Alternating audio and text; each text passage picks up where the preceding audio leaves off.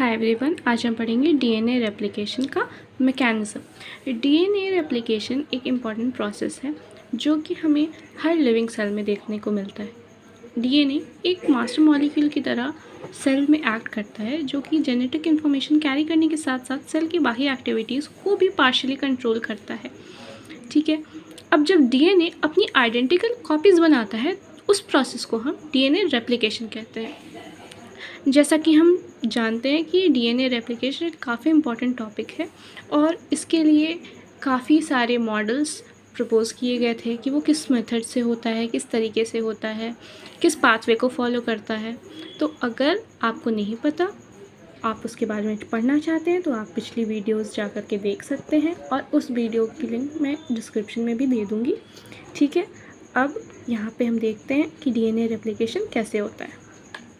तो डीएनए को हमने जाना कि डीएनए डबल स्टैंडर्ड होता है। ये जो डबल स्टैंडर्ड डीएनए होता है वो मॉडल हमें किसने दिया था? ये हमें वॉटसन एंड क्रिक ने दिया था। ठीक है, ये तो सबको ही जानता है कि वॉटसन एंड क्रिक का जो मॉडल था वो डबल स्टैंडर्ड डीएनए मॉलिक्यूल का एक मॉडल उन्होंने प्रपोज किया था। अब इतना ही नहीं, जो यूकैरियोट्स होते हैं उसमें जो डीएनए होता है वो लीनियर होता है, वो एक लाइन की तरह होता है। ठीक है, इस तरीके से। बट प्रोकैरियोट्स में वही डीएनए सर्कुलर होता है। ठीक है, वो एक सर्कुलर फॉर्म में प्रेजेंट होता है। अब इस डीएनए में, इन दोनों के डीएनए की रेप्लिकेशन में कुछ तो डिफरेंसेस होगा क्योंकि स्ट्रक्चर काफ़ी डिफरेंट है। हाँ, डिफरेंस ये होता है कि जब हम रेप्लिकेशन शुरू करते हैं तो यहाँ पे एक बबल की फॉर्मेशन होती है जिसे हम कहते हैं ऑरिक साइट।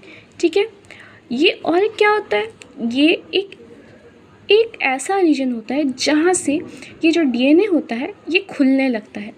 अच्छा, डीएनए क्यों खुलता है ये बात तो आपको पता होगी। अगर आपको नहीं पता तो आप जाके पिछली वीडियो देख लीजिए। हमने उसमें semi conservative model of replication को भी एक्सप्लेन किया है।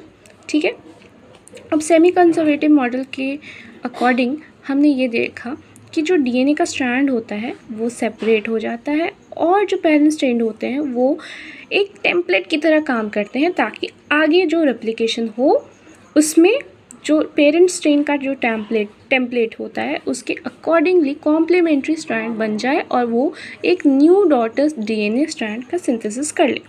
ठीक है, अब प्रोकैरियोट्स में बस अब यहाँ पे प्रोकैरियोट्स में एक आई बबल बनता है, एक ऑरिक साइट होता है और यहाँ से ही ये डीएनए खुलता है। बट यूकैरियोट्स में मल्टीपल ऑरिक रीजन हो सकते हैं। क्यों? क्योंकि ये लीनियर है। तो यहाँ पे भी एक बन जाएगा, यहाँ पे भी एक बन जाएगा। ठीक है, अब क्या होता है कि ऑरिक साइट क्या होता है? ऑरिक साइट एक ऐसा साइट होता है जहाँ पे एटी रिच रीजन होता है। वो क्यों? क्योंकि एटी में एटी यानी कि एडिनोसिन और थाइमिन, ये दोनों न्यूक्लियोटाइड बेसेस डीएनए में प्रेजेंट होते हैं और ये दोनों डबल बॉन्ड हाइड्रोजन से ये दोनों जुड़े होते हैं। ठीक है, अब डबल बॉन्ड को काफ़ी इजीली तोड़ा जा सकता है इन कंपैरिजन टू ग्वानिन और साइटोसिन के ट्रिपल बॉन्ड को। ठीक है, ट्रिपल बॉन्ड को तोड़ने में ज़्यादा एटीपी का यूज़ होगा और डबल बॉन्ड इजीली टूट जाएगा ट्रिपल बॉन्ड से। तो हम क्या करते हैं? हम लोग कमज़ोर वाले को तोड़ते हैं, हम लोग डबल बॉन्ड को तोड़ते हैं। ठीक है, अब क्या होता है? अब तो ऑरिक साइट तो मिल गया। अब वहाँ पे हम क्या करेंगे? अब वहाँ पे कुछ एंजाइम्स होते हैं जो काम करते हैं, जो कि ये होते हैं हेलिकेज एंजाइम। ठीक है, हेलिकेज एंजाइम क्या करते हैं कि हेलिकेज एंजाइम आइडेंटिफाई करते हैं ऑरिक साइट को। ठीक है, अब ऑरिक साइट तो आइडेंटिफाई हो गया। उसके बाद क्या? उसके बाद ये इसे खोलने को शुरू करते हैं यहाँ पे। उसके बाद देखो, जब यहाँ पे हेलिकेज ने ऑरिक साइट को पहचाना और वहाँ से उसने खोलना शुरू किया। अब जब ये खोलना शुरू करता है तो जो पीछे वाला डीएनए होता है वो एक सुपर कॉइल्ड फॉर्म में होता है। तो यहाँ पे वो, यहाँ से तो वो खुल रहा है, तो यहाँ पे एक टेंशन वो लोग क्रिएट करते हैं कि भाई आगे वाला क्यों खुल रहा है, क्यों कमज़ोर हो रहा है। ठीक है, यहाँ पे ये लोग सुपर कॉइल जो स्टेट होता है उसमें यहाँ पे टेंशन क्रिएट होने लगती है, तो फिर यहाँ लगता है टोपोआइसोमरेज एंजाइम। टोपोआइसोमरेज एंजाइम यहाँ लगता है और वो इस टेंशन को कम करता है, यहाँ पे एक छोटा सा कट लगा करके।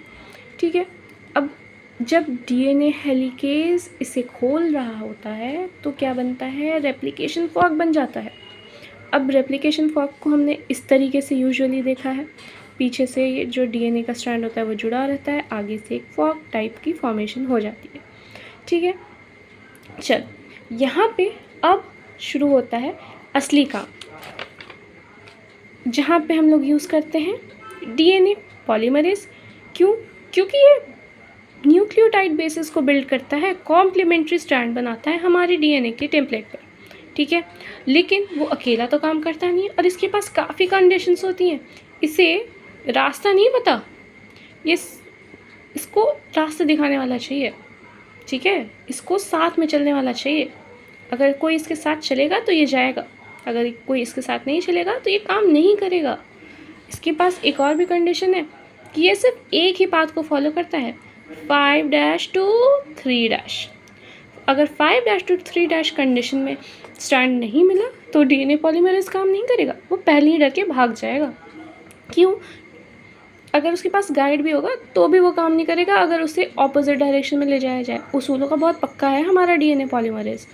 ठीक है, तो उसे रास्ता दिखाने का काम कौन करता है? वो काम करता है हमारा आरएनए प्राइमेज। आरएनए प्राइमेज जो होता है वही हमारा गाइड की तरह काम करता है। मान लीजिए आप किसी नई जगह गए ट्रैवल करने, आपको उस जगह के बारे में कुछ नहीं पता, जैसा कि डीएनए पॉलीमरेज को कुछ नहीं पता हमारे डीएनए स्ट्रैंड के बारे में। तो आप जब वहाँ गए टूरिस्ट बन के, तो आपको एक गाइड तो चाहिए होगा जो आपको डिफरेंट मॉन्यूमेंट्स दिखाए, डिफरेंट चीज़ें बताए, उसकी हिस्ट्री बताए। या आप अपने किसी रिलेटिव रिश्तेदार को पकड़ोगे कि हाँ भाई चलो दोस्त मेरे, चलो मेरे साथ, मुझे बताओ। तो डीएनए पॉलीमरेज भी यही करता है कि वो अपने इस दोस्त को कहता है कि दोस्त मुझे रास्ता दिखाओ, मुझे कुछ पता नहीं है इस जगह के बारे में, इस चीज़ के बारे में, मैं काम करूँ तो कैसे करूँ, मुझे रास्ता बताओ। तो डीएनए पॉलीमरेज 3 अपने साथ आरएनए को लेके चलता है। आरएनए भी बोलता है, आरएनए प्राइमेज बोलता है चल चल मैं तुझे रास्ता दिखाता हूँ और तू काम करना।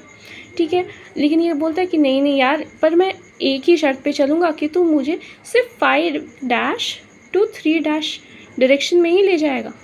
तो आरएनए प्राइमेज ये भी मान लेते हैं कि चलो ठीक है, 5' to 3' डायरेक्शन में ही तुझे लेके जाऊँगा, चल मेरे साथ। तो अब ये दोनों जाते हैं नए कॉम्प्लीमेंट्री स्ट्रैंड बनाने। अब जो हमारे पास एक रेप्लिकेशन फॉर्क जो तैयार हुआ था, उसके पास ये जो आरएनए प्राइमेज है, जो हमारा प्राइमर है, जो रास्ता दिखाने वाला दोस्त है, वो चला जाता है। अब इसके ऊपर आते हैं हमारे डीएनए पॉलीमरेज 3 जिन्हें घूमना है।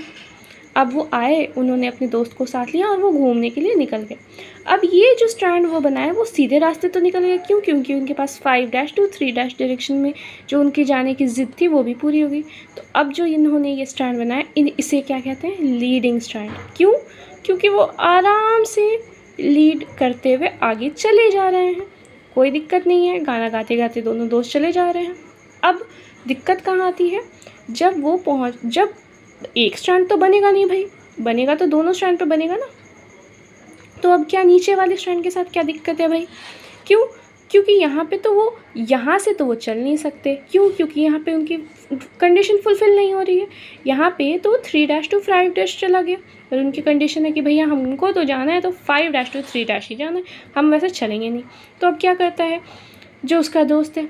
अब ये आरएनए प्राइमेज जो होता है वो अपना दिमाग लगाता है, बोलता है कि अच्छा ठीक है चल, तुझे तेरी कंडीशन पे ही मैं लेके चलता हूँ घुमाने।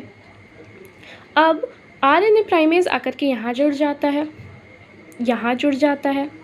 आरएनए प्राइमेज यहाँ जुड़ता है तो ये हो जाता है 5' और ये हो जाता है 3'। तो डीएनए पॉलीमरेज खुश हो जाता है कि हाँ हाँ भैया अब चलते हैं, अब बनाते हैं दोस्त, अब काम करते हैं। तो यहाँ से वो एक नया एक स्ट्रैंड बना देते हैं।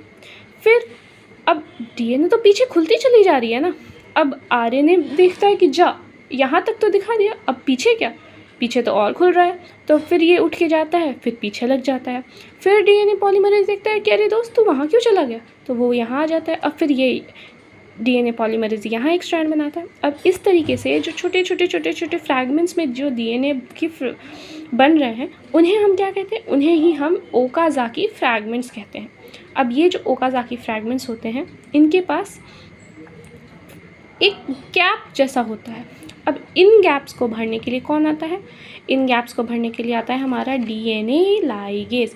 डीएनए लाइगेज हमारी ग्लू होती है, वो फॉस्फोडाइस्टर बॉन्ड्स बनाती है और डीएनए को सील कर देती है। अगर आपके पास अब लेकिन इनके पास जो डीएनए लाइगेज है वो किस तरीके से काम करती है ये तो आपको पता नहीं है, फॉस्फोडाइस्टर बॉन्ड कैसे बनाती है ये तो आपको पता नहीं है। तो अगर आपको ये जानना है तो आप जा कर के पिछली वीडियो देख सकते हैं। हमारे पास हमारी प्लेलिस्ट में, हमारी डिस्क्रिप्शन में हमने डीएनए लाइगेज की मैकेनिज़्म के ऊपर, डीएनए लाइगेज एंजाइम के ऊपर काफ़ी डिटेल वीडियो बना के रखी है। आप प्लीज़ जाइए और उसे भी देख लीजिए, ठीक है। बट ये भी है अब साथ में एक